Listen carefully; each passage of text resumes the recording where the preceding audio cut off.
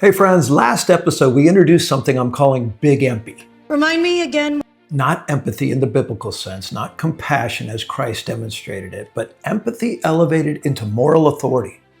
Empathy, kind of industrialized, for lack of a better way of putting it. Empathy definitely untethered from truth. And today I want to confront the first great danger of big empty. It doesn't just soften sermons, it rewrites truth. And listen, friends, once truth is rewritten, repentance doesn't stand a chance. Now listen carefully. Empathy feels harmless. Empathy feels kind. Empathy feels like the safest virtue in the room, really. I feel safe, and I also appreciate your service. But when empathy becomes the highest authority, something subtle happens. Truth becomes secondary at best. Truth becomes negotiable. Truth becomes conditional on emotional response. And that's not how Scripture defines truth. In fact, Jesus prayed in John 17:17, these exact words, "Sanctify them in the truth. Your word is truth." So friends, truth is not generated by emotion. Truth isn't affected whatsoever by emotion. Truth is revealed by God. But big empty reverses that. Big empty says if it feels harmful, it must be untrue. If it feels uncomfortable, it must be wrong. If it feels offensive, it's got to be unjust. See what's happened? Now emotion becomes epistemology. Feelings become the lens through which we determine reality. Feelings. Some of you might be thinking, well, if it makes people feel better, what's the harm? Well, let's talk about that. What happens when feelings become facts?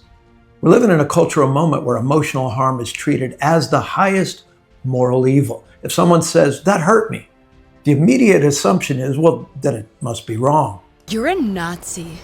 But the thing is, Scripture never equates discomfort with injustice. In fact, Scripture assumes truth will often wound before it ever heals. Proverbs 27:6 says, faithful are the wounds of a friend. Let that sit, friends. Just soak in that image for a while. Faithful are the wounds. In other words, sometimes love cuts before it cures. But Big Empty cannot tolerate that because Big Empty treats emotional pain as proof of wrongdoing.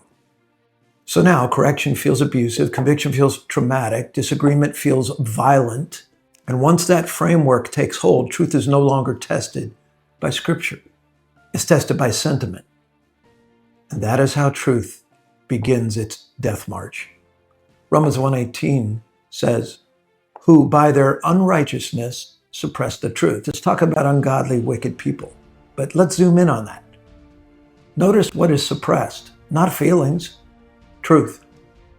And suppression does not always look like censorship. Oftentimes it looks like emotional reframing. Instead of arguing against truth directly, Big Empty reframes truth as harmful.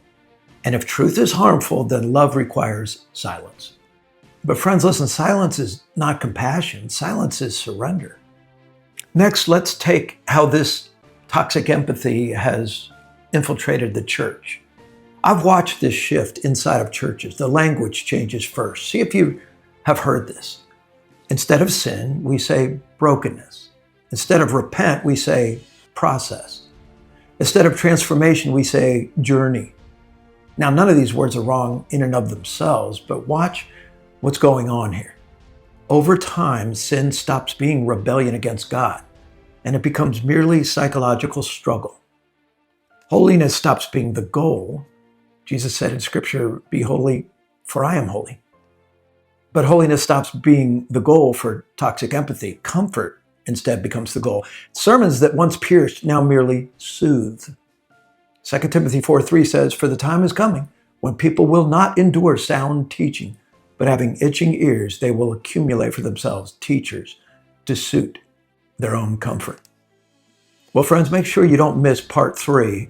It's by far the most important part of this Big Empty series I'm doing because toxic empathy can actually cut you off from knowing Jesus Christ as your Lord and Savior, which means it can cut you off from heaven. Follow Big Empty down its natural path, and you will be unable to repent and place your trust in Christ. I can't think of stakes higher than that. I'm Rob Singleton, and we'll discuss all of that in the next video, Big Empty, Part 3.